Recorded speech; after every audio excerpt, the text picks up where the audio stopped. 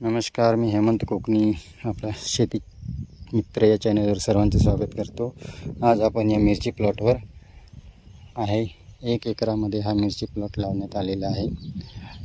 ठिबकच्या सहाय्याने आणि mulching paper लावून, मल्चिंग पेपरचा एक फायदा असतो, झाडांजवळ तण जास्त वाढत नाही आणि आपल्याला त्याचा खर्चही थोडासा वाचतो, म्हणून मल्चिंग पेपरचा हा एक फायदा असतो।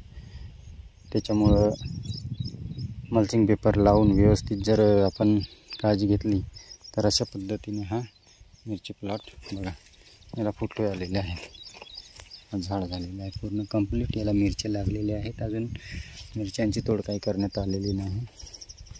8-10 दिवसात थोडी पहिली मिरची तोड करण्यात येईल। फुलं आहेत, फुलगळ आणि फुलगळ वगैरे असेल त्यांच्यासाठी स्प्रे दिलेला आहे आणि ड्रिंचिंग सहाय्याने औषधं सोडण्यात आलेली आणि खत देण्यात आलेलं आहे। तर या पद्धतीने हा प्लॉट तुम्ही बघू शकता।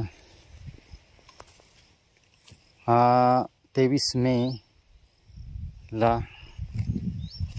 5,500 रोपं आणून लावण्यात आलेला आहे। त्याला 45 दिवस कंप्लीट होतील। तर या पद्धतीने ह्या झाडांची वाढ झालेली आहे, तुम्ही बघू शकता बघा। हे आहे थोडा प्लॉट।